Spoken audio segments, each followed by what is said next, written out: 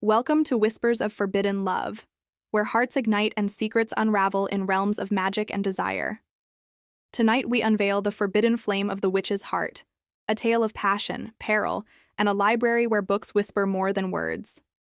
Can love defy a spell that burns too bright? Settle in, subscribe, and let the candles guide you into the shadows.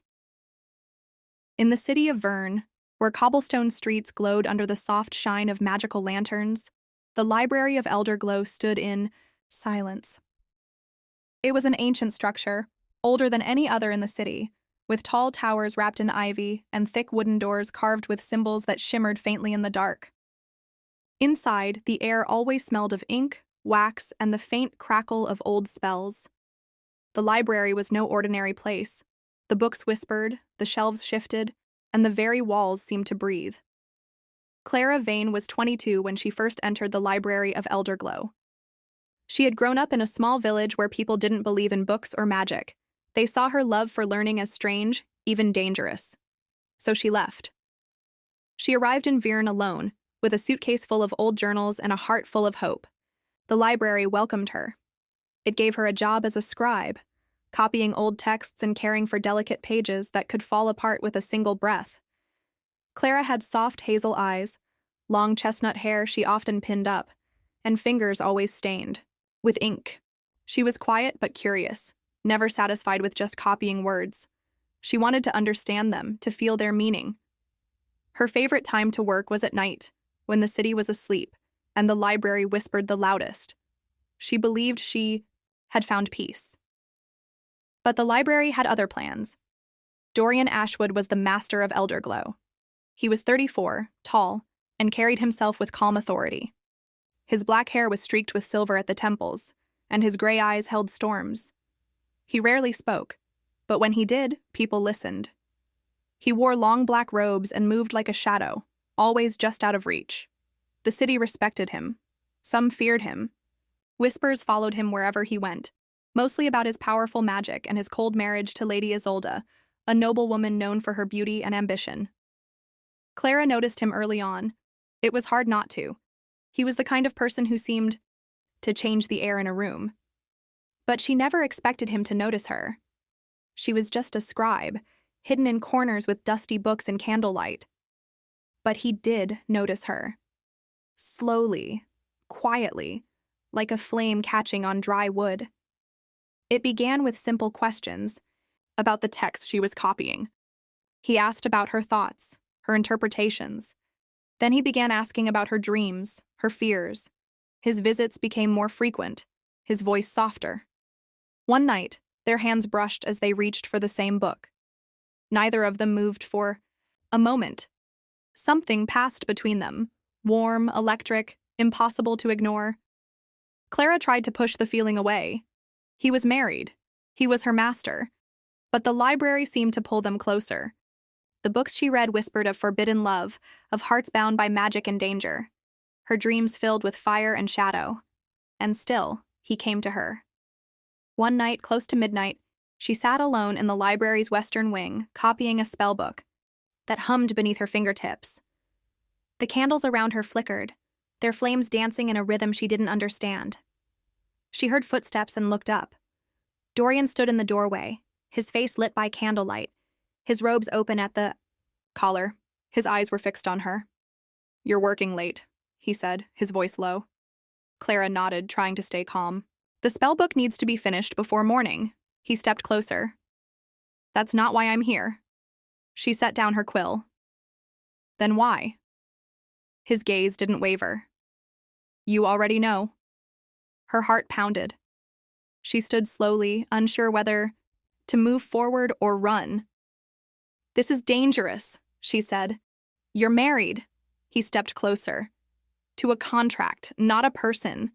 I've tried to stay away, Clara, but I can't. You're in my thoughts, in my blood." Clara's breath caught. She wanted to speak, but her words were lost. His hand reached out, brushing her cheek. She leaned into it before she could stop herself. He kissed her. It was soft at first, hesitant. Then it deepened, filled with the fire they had both denied. The room spun around her. The library seemed to shiver. A book on the shelf behind her glowed red. She pulled back. "Did you hear that?" she whispered. Dorian looked around, tense. The books, they're reacting. The spell book on her desk flew open, pages flipping wildly. Words lifted into the air, glowing gold, forming a warning. "Forbidden flame, beware the cost." Clara stepped back, fear rising in her chest. "What does it mean?" Dorian grabbed the book, scanning the symbols. "The library senses emotions. Strong ones wake its magic. Our kiss." It triggered something. The hum in the room grew louder. A shadow passed between the shelves. Clara's eyes widened. "There's someone here." The shadow vanished, but a voice echoed from nowhere. "Cold, distant, you've lit the flame. Now it burns." Dorian pulled her close. "We need to fix this before it spreads." The rest of the night, they searched the library. They found an old grimoire hidden behind a false shelf. Its cover was marked with flame and ash. Inside, it spoke of the Ember Heart, a spell that fed on forbidden love. When two hearts broke sacred vows, the Ember Heart would awaken, seeking to bind them forever within the library's walls. "We triggered it," Dorian said, his voice heavy. "My marriage, your feelings, they're fuel for it." Clara felt sick. "How do we stop it?" "There's a ritual," he said. "We must offer our truths, everything we've hidden. If the library accepts, the spell breaks. If not, it traps us." They found a chamber deep below the library, a room of stone and silence. Clara brought candles. Dorian drew a circle with chalk, filling it with symbols of fire and heart. They stood inside it, facing each other. "You first," he said. Clara took a deep breath. "I love you, Dorian. Even when I tried not to. I think about you every night. I would leave Vern with you, but I'm scared of what I'd become." The flames flickered. The air softened. The library listened. Then Dorian spoke. "I love you too. I married Isolde to gain power, but I've regretted it since the first day. You're the only real thing I've felt in years. I would give it all up, but I fear what she'll do when she finds out." The silence that followed was deep. Then came a voice, sharp, angry, familiar. How touching. They turned. Lady Isolde stood in the doorway, her blonde hair gleaming, her eyes cold as ice. Lady Isolde stepped into the chamber like a queen entering her throne room. Her gown shimmered like silver frost, and her hands glowed with a cold, magical light. "So this is what my loyal husband does in the dark," she said, voice like breaking glass. "Whispers of love with a little scribe." Dorian moved protectively in front of Clara. "Isolde, this isn't what you think." "Oh, I think it's exactly what I think." Her eyes narrowed. "You've broken the binding vows. The Ember Heart has been awakened. Do you even realize what you've done?" Clara stepped forward, trembling. "We didn't mean to—" "You didn't mean to fall in love?" Isolde snapped. "Love is a luxury for fools. Power is what matters. And you, girl, are nothing." A flicker in the wind. Clara's voice grew steadier. "Maybe, but you can't stop the flame now. It's already burning." Dorian raised his hand. "Isolde, listen to me. This magic is older than both of us. If we don't complete the ritual, we'll all be trapped. Even you." Isolde laughed. "You think I care? Let the library swallow us. Better that than watch you throw everything away for a peasant." The room shuddered. The air grew thick with smoke. The fire in the candles turned blue. "The Ember Heart is feeding on her anger," Dorian whispered. "It's growing." Suddenly, the floor cracked. A ring of fire circled them. From the flames, shadows rose, twisted figures whispering in an ancient tongue. "They are the bound souls," Clara said, voice shaking. "Others who defied the rules. The library never forgets." Dorian took Clara's hand. "We have to finish the ritual now. No more secrets." Clara turned to Isolde. "You can stop this too. Share your truth. Break the curse with us." Isolde's eyes glistened for a moment. Then she looked away. I once loved him, before the politics, before the lies. But love doesn't win wars. The fire pulsed. I hated him for not loving me back, she admitted. I made deals with dark things to keep him by my side. I thought control was enough. The flames slowed. The shadows froze. Clara squeezed Dorian's hand. It's working. Dorian stepped forward. I release you, Isolde. From the vows. From everything. You are free. The magic cracked like thunder. A shockwave burst through the room. The fire vanished. The shadows sank into the stone. Silence returned. The three of them stood there, breathing hard. Isolde stared at her hands, now dim. It's gone. The power. It's all gone. Dorian's face was calm. No, it's just changed. Isolde looked at Clara, then turned without another word and walked away. The chamber was still. The ember heart was gone. The ritual was complete. Over the next few days, the library changed. The halls were warmer, the whispers softer. Books that had stayed locked for centuries opened on their own. Magic flowed differently, as if the building itself had healed.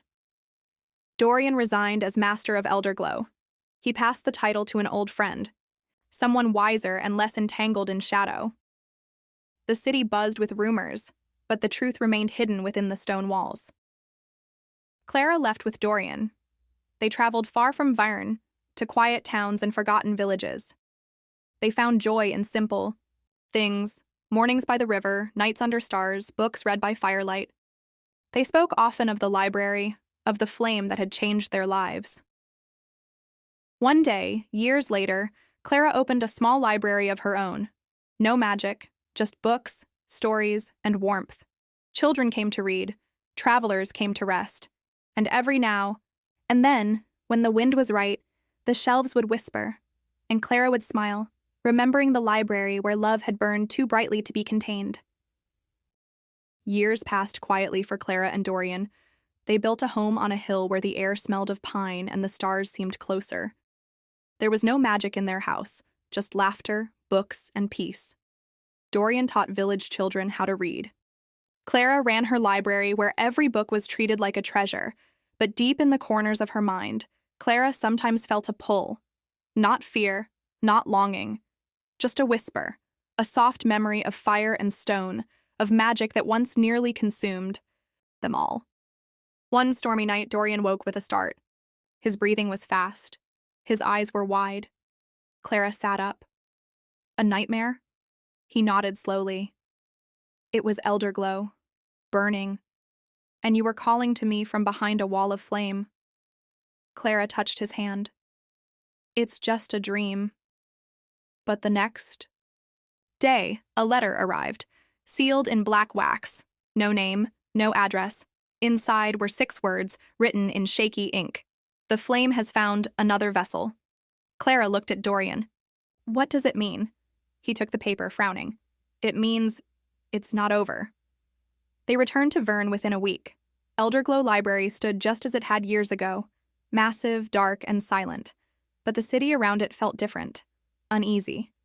People avoided the streets near the library. Windows were shuttered. Guards patrolled in pairs.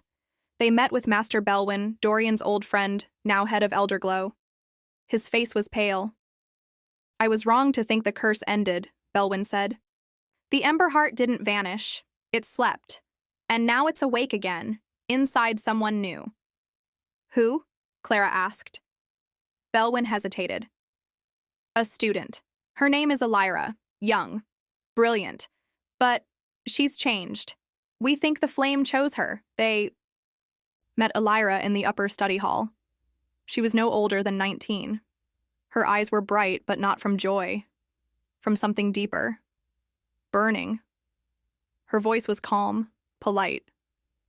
But when she spoke of ancient spells or hidden truths, her tone turned cold. Clara watched her closely. Elira, she asked gently, have you felt anything strange lately? Elira smiled. Strange is normal here, but yes. I see things, in my dreams. Fire, a door that won't open, and a woman with silver eyes, always standing in shadow. Dorian stiffened. Isolde, Clara whispered. She must have bound part of herself to the flame. Her spirit still lingers. Elira tilted her head. You know her, don't you? She talks about you in my dreams. That night, Clara couldn't sleep. She sat by the old stone window, looking at the moon. The air smelled faintly of smoke. Dorian joined her, a mug of tea in his hands. We can leave, you know? Walk away again.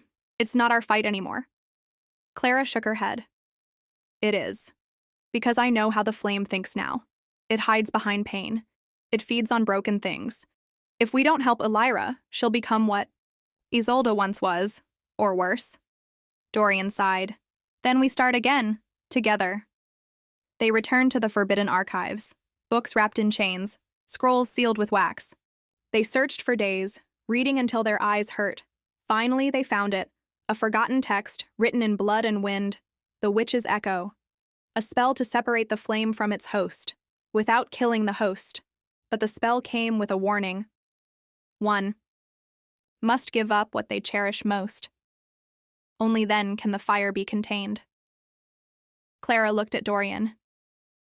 If this works, Elira will be free, but someone will have to lose everything. Dorian nodded slowly. It's always the cost. Magic doesn't give, it takes. They approached Elira the next morning. Clara explained the spell, explained the risk. Elira listened carefully. I don't want this power, she said. But it's part of me now. If we fail, I'll lose control. Clara looked into her eyes. Then we won't fail. They gathered at midnight in the heart of the library. The old ritual circle still burned faintly in the stone. Elira stepped into the center. Clara and Dorian stood opposite each other, books in hand, chants memorized. The air turned heavy. As they began the ritual, the flame within Elira rose like a serpent. It screamed. It showed them memories, not their own, but hers. Loneliness, rejection, pain. The flame had fed on her wounds. Clara whispered, She's stronger than we were. Dorian reached toward the fire. Then we give her a new memory to hold on to. They spoke the final words. The flame burst out of Elira's chest, twisting in the air like a dying star. It hovered, then dove into Clara. She gasped. Pain, heat, fear. Everything she had buried came flooding back. Dorian rushed to her. Clara, no, don't take it. She smiled through tears. It has to go somewhere. With one last whisper, she focused her heart, not on pain, but love. The flame shook, faded, then vanished. Elira collapsed, breathing hard, but alive. Dorian caught Clara as she swayed. You gave it everything, she nodded weakly. It's over now. The sun rose slowly over Elderglow, casting golden light through the broken windows of the ancient library. The silence that followed the ritual felt heavy, but calm. Elira was safe. The flame was gone. And Clara? She had survived, but something had changed. She lay still in Dorian's arms, her breathing shallow, her body cold. Belwyn arrived with healers. They worked in silence, whispering spells of warmth and life. Hours passed. Finally, Clara opened her eyes. Dorian kissed her forehead. You came back. She smiled faintly. I'm still here. But something in her voice was different, quieter. Hollow. The flame was gone, yes, but it had taken something with it. For days, Clara stayed in bed. Her strength returned slowly, but her laughter did not. She would sit by the window, staring at the clouds, her fingers curled around old books, but never turning the pages. Elira visited every morning. She would read aloud, hoping to spark something in Clara's eyes. One day, Clara spoke. Elira, how do you feel? The young girl paused. Lighter, but also empty. Like part of me is missing. Clara nodded. The fire feeds on pain. When it leaves, it takes the pain.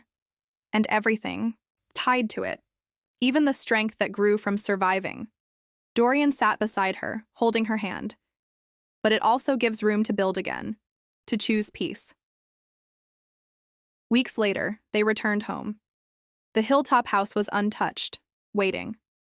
Clara walked slowly through the rooms, her fingers brushing familiar walls.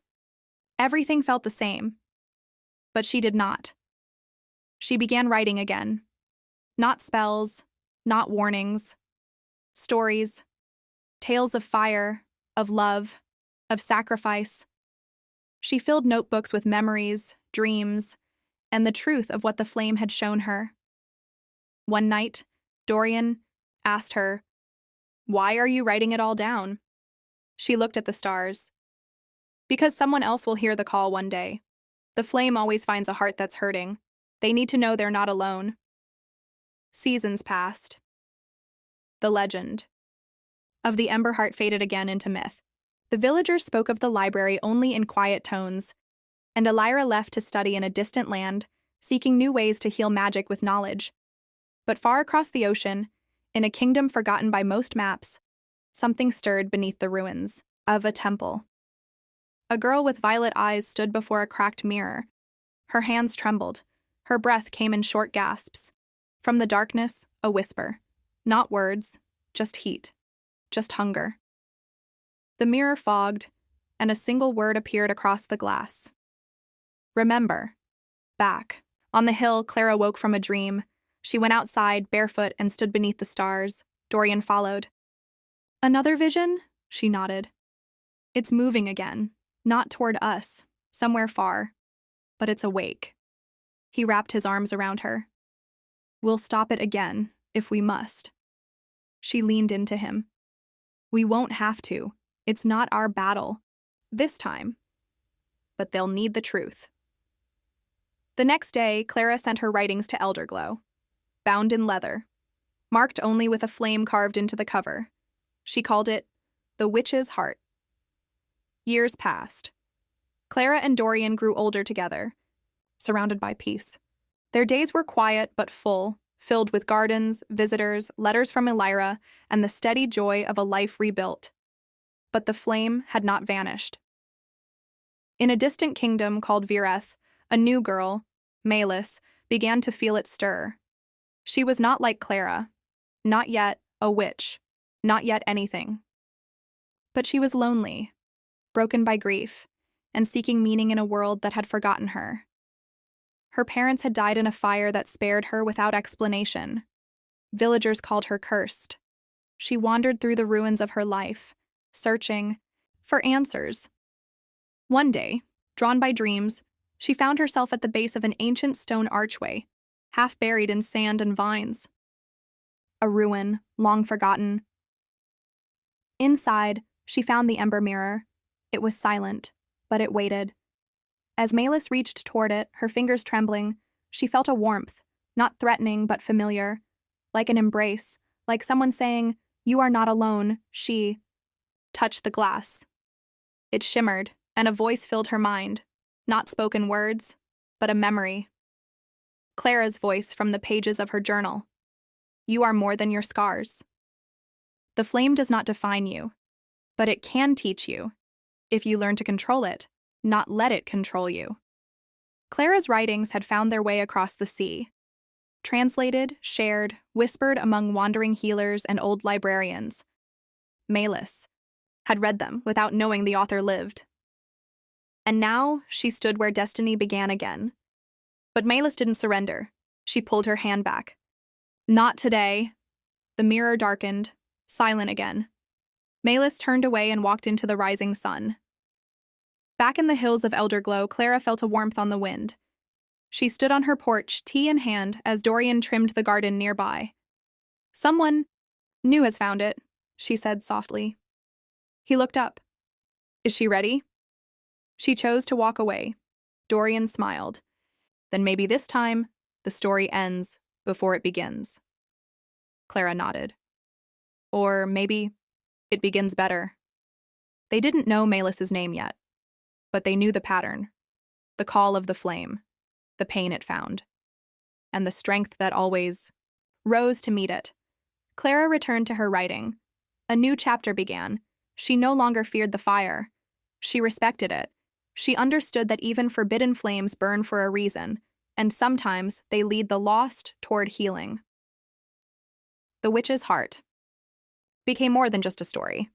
It became a guide, a warning, and a beacon. And though the flame might rise again someday, those who had once held it now watched the world with wiser eyes. They knew that darkness did not win unless you let it, and that love, true love, was the one thing no fire could destroy, not even the cursed flame of the Ember Heart. Thank you for joining Whispers of Forbidden Love. If this tale of forbidden passion stirred your heart, like, subscribe, and ring the bell for more. Tell us in the comments, would you risk a spell for love? Next time, another forbidden story awaits. Until then, keep your desires close, and your secrets closer.